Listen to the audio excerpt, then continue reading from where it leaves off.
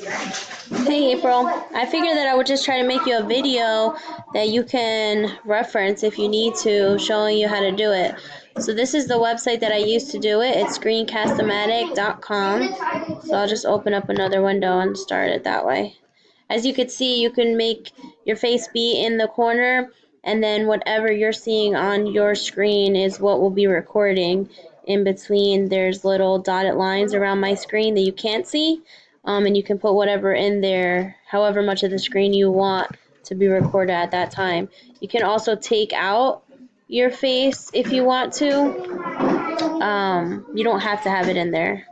Let me see if I could show you.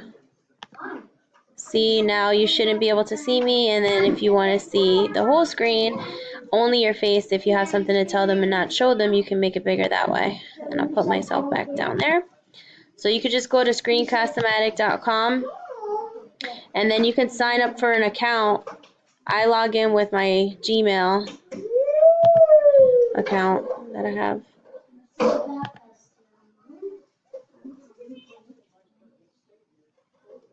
So you just log in, and then you're going to click Start Recorder, and it's saying that I have it open already in another one because I'm doing a recording for you.